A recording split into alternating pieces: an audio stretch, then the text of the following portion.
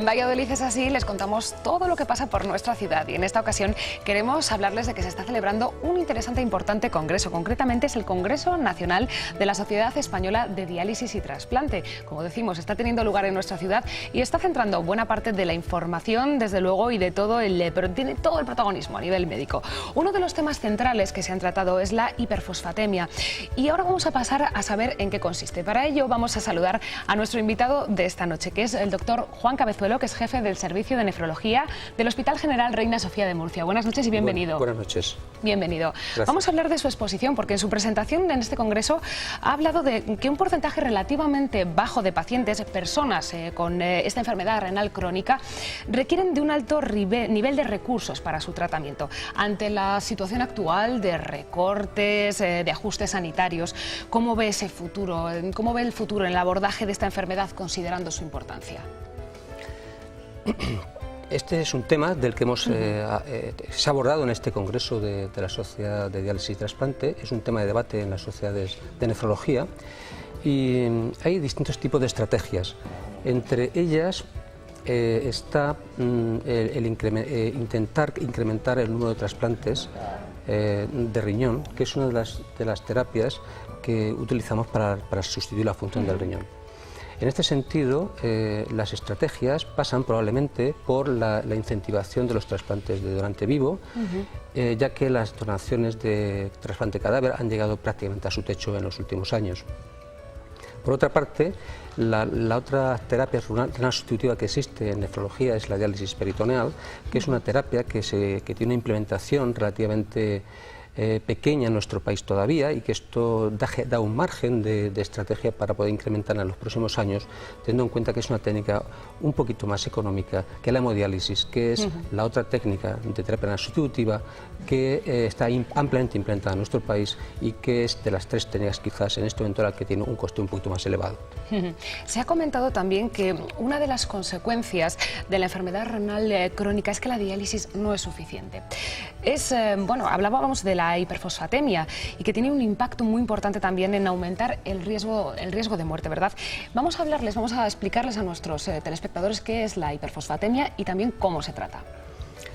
La hiperfosfatemia es un trastorno que se produce en la sangre como consecuencia del déficit de función del riñón en los pacientes que les funciona mal. El fósforo es un elemento químico que está en los alimentos que comemos todos los días, especialmente en las proteínas, y esto hace que las necesitemos para nuestra vida y para nuestra nutrición. Cuando fracasa el riñón, esto tiende a acumularse, esta sustancia, y trae como consecuencia pues, una serie de efectos sobre el organismo, entre los que destaca, por ejemplo, la acumulación de esta sustancia en tejidos, como por ejemplo los vasos sanguíneos y el corazón. Y esto puede producir enfermedad arterial, enfermedad vascular, y aumentar la posibilidad de que el paciente tenga riesgo cardiovascular. He de decir, para dejarlo claro a las personas que nos escuchan, que el riesgo cardiovascular está muy extendido. Hay muchas cosas que afectan a ese riesgo, como por ejemplo el tabaco, como por ejemplo la diabetes, como por ejemplo la obesidad. En los pacientes con insuficiencia renal, el aumento del fósforo es un factor de riesgo añadido a estas otras cuestiones que nos afectan a toda la población. En la cuestión de cómo se trata la hiperfosfatemia, tenemos que hablar de medicamentos quelantes o captores, por ejemplo, ¿verdad?, que necesitarían la mayoría de los pacientes. Sabemos que se han observado diferencias clínicas pues, que permiten un mayor beneficio a los pacientes y que deberían ser preferidas entonces por los médicos. ¿En qué tipo de medicamentos? Cuéntanos un poquito, Sí. Para el tratamiento, ¿cómo lo podrían enfocar? Correcto. El tema está en que la hiperfosforemia no es posible controlarla solo con dieta en los pacientes renales, ni tampoco con la diálisis. Por tanto, necesitamos una serie de fármacos añadidos a lo que es la diálisis para poder controlar esta alteración del fósforo. Es por ello que necesitamos fármacos, que es lo que está comentando, sobre captores del fósforo, que así se llaman, que son un grupo de fármacos muy heterogéneo y que tienen todos ellos la función de captar el fósforo de la dieta y eliminarlo por el intestino para evitar que se absorba. Estos fármacos son distintos desde el punto de vista farmacológico, son grupos distintos, pero bueno, todos tienen esa misma acción. ¿Hay diferencia, por ejemplo, en el precio de los tratamientos? Hay algunos que son muy costosos, otros menos. ¿Cómo podemos, qué criterios se deberían de considerar a la hora de prescribir unos u otros? Es cierto que los estudios clínicos en los últimos años, que se han hecho muchos a este respecto, pues es un tema que interesa mucho a la comunidad nefrológica, también pensando en los pacientes, que estos medicamentos, hay unos que son más clásicos, que ya llevamos mucho tiempo utilizándolos, que los conocemos muy bien, y hay otros nuevos que han surgido, que también son buenos fármacos, pero que hasta la fecha no han demostrado una eficacia superior a estos que ya conocemos y que ya hemos estado utilizando más tiempo. Es por ello que en los tiempos actuales, pero no solamente porque ahora estemos en esta situación, digamos, de crisis económica, sino que es un tema de debate continuo en medicina, que siempre hay que buscar el coste efectividad de los medicamentos el más favorable, es decir, que sean fármacos efectivos y que sean al menor coste posible. Esta es la filosofía, digamos, sobre este tema. La verdad es que es un tema realmente interesante, como todo lo que se está tratando en este congreso que se está celebrando en Valladolid. Y nuestra compañera Beatriz Sanz también está con una invitada que va a seguir ampliando toda esta información. Buenas noches otra vez, Bea. Buenas noches, Beatriz. Pues sí, vamos a seguir hablando de la enfermedad renal crónica. Se me hace a mí un poquito complicado de decir. Bueno, y tenemos para seguir ahondando en este tema a la doctora María Dolores Arenas, que es jefe del Servicio de Nefrología del Hospital del Perpetuo Socorro de Alicante. Buenas noches y bienvenida. Buenas noches, ¿qué tal? Bueno, vamos a seguir hablando de esta enfermedad renal crónica, pero claro, lo primero que tenemos que hacer es aclarar a la gente qué es esta enfermedad, en qué consiste esta enfermedad renal crónica. La enfermedad renal crónica es cuando los riñones dejan de funcionar por diversas patologías, por diversas enfermedades. Llega un momento en el que necesitamos suplir la función del riñón con unas máquinas y con otros, también con el trasplante o con la diálisis peritoneal. Entonces, la enfermedad renal crónica es simplemente la pérdida de la función de los riñones. Que son una forma muy compleja, los riñones son capaces de hacer una cantidad de cosas muy importantes en el organismo. Hay a veces que los propios pacientes abandonan los tratamientos y eso, claro, tiene su efecto negativo tanto en el propio tratamiento, en el propio enfermo, como a nivel económico. ¿Y cuáles son los factores que pueden llevar a una persona a abandonar ese tratamiento? A ver, hay muchos factores que pueden influir en que un paciente deje de tomar las medicinas.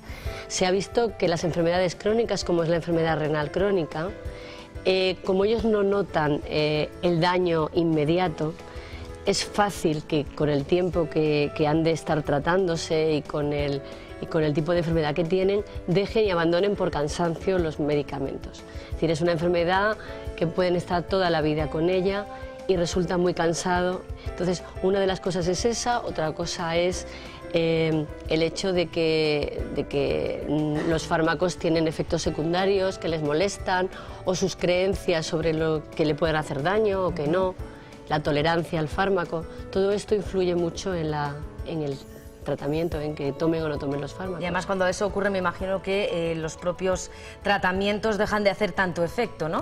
Hombre, si un paciente no se toma el medicamento, claramente no le va. Como todo, ¿no? Como en todos los tratamientos, si lo dejamos a medias... Si lo dejas a medias no sirve para nada. Efectivamente. Y el fósforo es muy importante, como decía el doctor Cabezuelo, porque influye en el tema de las calcificaciones vasculares y en la posible mortalidad pues, por infartos de miocardio, por accidentes vasculares cerebrales. Entonces es muy importante que el fósforo esté muy bien controlado en los pacientes renales y han de tomarse esas pastillas de forma mantenida.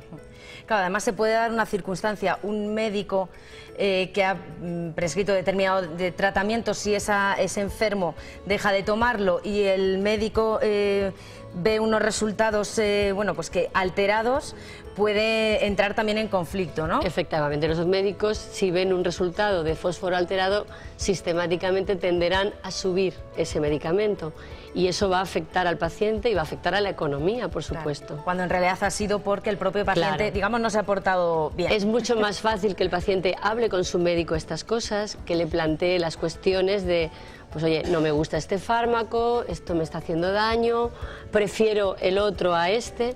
Si tenemos en cuenta las preferencias de los pacientes, lo que les gusta, es más fácil y hablan con el médico, vamos a poder mantener esto bien y que el paciente, pues nosotros no sigamos subiendo las pastillas de esa manera. Es importante tener una comunicación y una relación estrecha con el paciente, bueno, y los pacientes con los propios facultativos, ¿verdad? Exactamente. Y tener la confianza suficiente como para plantearle, oye, tengo este problema. Antiguamente era un poco, el médico era el que mandaba, el que le decía al paciente, tú tienes que hacer esto. Hoy en día esto no es así. Ahora hay un acuerdo entre el paciente y el médico.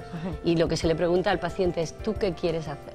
Pues un poco acordar entre ambos la mejor estrategia para la salud de ese paciente. Bueno, y desde su punto de vista, ¿cuáles serían las recomendaciones que podemos hacer tanto a pacientes como a médicos en este tema del abandono de los fármacos? Pues mira, yo creo que los médicos tenemos que concienciarnos de que este problema existe, porque es uno de los problemas más importantes, pero también menos vistos, ¿no?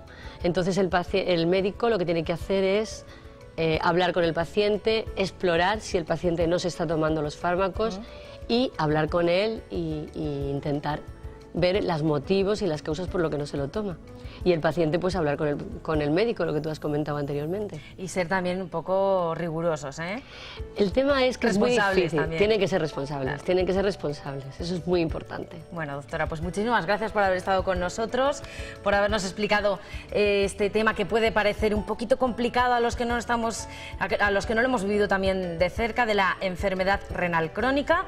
Lo ha explicado usted maravillosamente, lo hemos entendido todos muy bien, así que muchísimas gracias por haber estado esta noche con nosotros. Muy bien, muchas gracias a vosotros. Bueno, nosotros nos vamos ahora a ver ese famoso chispazo de Coca-Cola. Ha estado Eduardo ahí, le hemos visto con el vaso de la mano. Vamos a ver cómo ha terminado el asunto.